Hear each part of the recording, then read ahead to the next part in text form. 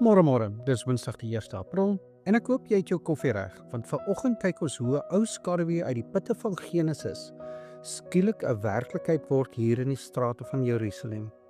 Ons lees vandag saam met Matteus 26 vers 1 tot 5 en verse 14 tot 16. En die titel van ons dagstukkie is Die skaduwee in die silwer. Kyk, as die son sak en die skaduwees word al langer, sien jy dinge wat jy in die daglik maklik miskyk. Gister was die stryd nog in die openbaar, in die tempel, maar vandag begin die sameswering in die donker kamers van die hoofpriester. Jesus kondig die Paasfees aan. Hy sê in vers 2, julle weet dat oor 2 dae die Pasga kom, dan word die Seun van die mens oorgelewer om gekruisig te word. Nou die Griekse woord wat Jesus daar gebruik het was paradidotai. Dit beteken dis 'n gesprek in die teenwoordige tyd. Dit beteken dit gebeur nou, die plan is reeds aan die rol.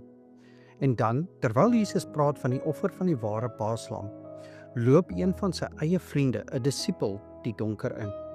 Judas Iskariot. En hier is waar ons moet fyn kyk. Hierdie is nie 'n nuwe storie nie. Duisende jare tevore het Josef se broer Juda presies dieselfde gedoen. Hy het sy broer verraai en voorgestel dat hulle hom vir silwer verkoop. En vandag doen Judas, wie se naam presies die Griekse vorm van Juda is, presies dieselfde met Jesus. Hy vra vir die priesters, wat wil u my gee en ek sal hom aan u oorlewer? En hulle weeg 30 silwerstukke af. Volgens die wet van Moses was dit die prys vir 'n slaaf. Die godsdienstige leiers het die Here van die lewe op dieselfde vlak as 'n slaaf gewaardeer. Hulle het hom verag, maar hier is die murg van die evangelie.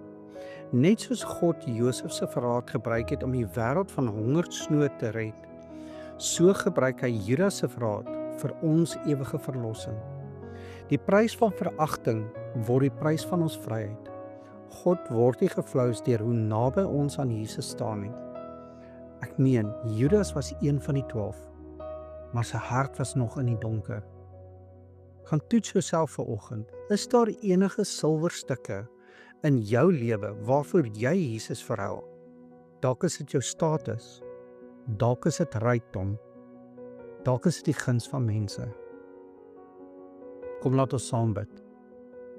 Here onse God, U is die eienaar van die wingerd en die argitek van ons redding. Dankie dat U die prys van 'n slaaf betaal het om ons siel vry te koop. Vergewe ons waar ons U verraai vir die dinge van hierdie wêreld. Reinig ons harte van selfsug en gierigheid. Leer ons om te rus in U volkome gehoorsaamheid. Laat U lig vandag die donker kamers van ons eie harte verlig. Ons bid dit in die naam van Jesus Christus, deur die kragtige werking van die Heilige Gees. Amen. En onthou vandag, jy is dalk die Bybel wat iemand vandag moet ontmoet. Maar onthou, watter prys is daar in jou lewe waarvoor jy bereid sou wees om Jesus oor te lewer aan die skaduwees? Ek hoop jy het 'n geseënde Woensdag.